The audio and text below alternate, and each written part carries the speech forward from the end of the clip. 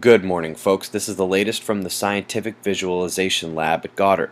This is NASA showing us the solar-induced land plant fluorescence across the globe.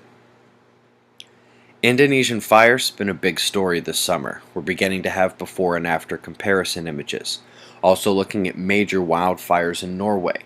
There are a number of plankton articles listed below. An astrobiology article called Infinite Plankton sparked this curiosity, and you will enjoy the reading if at all interested in the topic. No major shaking at the moment. We are 3 days past our last 6-pointer. As you'll remember, the Quake Watch ended about that time.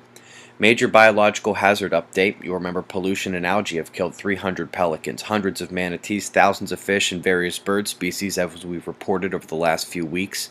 But now the dead dolphin count has hit 54, and they're finding multiple deadly strains in the waterway. East Coast, Gulf, and Caribbean. All relatively calm, relatively compared to the eastern Atlantic where Tropical Storm Dorian is named and headed in to say hello. The models are in general agreement about the direction, but we're yet to have a consensus enough to gauge if and where and when the U.S. will see landfall.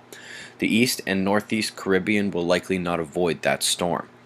Tasmania, shooing one set of precipitation onto the South Island of New Zealand, while Perth seems to have set up the Winter Weather Welcome Center on the southwest of Australia. That same low in Europe isn't moving very fast, but still causing deadly heat where it yanks north just east of the front, and that convergence just west of it pops up significant thunderstorms. We also have tropical development south of Mexico, but notice how her energy and moisture are lost to the north in a beeline towards the U.S. southwest drought zone. She's being cannibalized by a more forceful low-pressure cell in the southwest, a couple of them actually, strong enough to put that drive on the wind and converge warm moisture with drier, cool air to create the watch zones this evening as she moves slightly east. Solar wind is calm at the moment. Density is between 1 and 10 protons, arriving at 300 to 350 kilometers per second.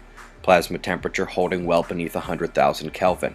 You will remember yesterday that we expected a coronal hole stream, and we are still waiting for that today, perhaps into tonight.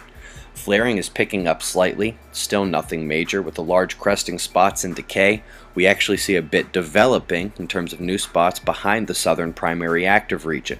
Evidence of magnetic mixing exists on the northern portion of the southern lead, might become delta today. The incoming spot on the north appears benign. You remember the umbral field popped open 2 nights ago? Yesterday she closed right back up again. The coronal hole situation is similar to yesterday, but finally, a shift with the planetary connection. One connectivity point jumped to the next coronal hole, whose impact we're expecting in the solar wind soon, with the remaining 9 and primary connectivity still hanging on to the departing opening. We can see the surface features shift as the dark coronal holes are entering from the left, top and bottom. Will be interesting to see if we get that delta spot today. Planet watchers, a point of geometry as Earth is geocentrically opposed by Venus and Neptune tonight. And of course, we still have that loosely aligned Jupiter, Mars, Mercury, Earth, and even Pluto nearing a shared plane to one side of the Sun. Eyes open. No fear, it's 6:55 a.m. Eastern Time, and that's the news. Be safe, everyone.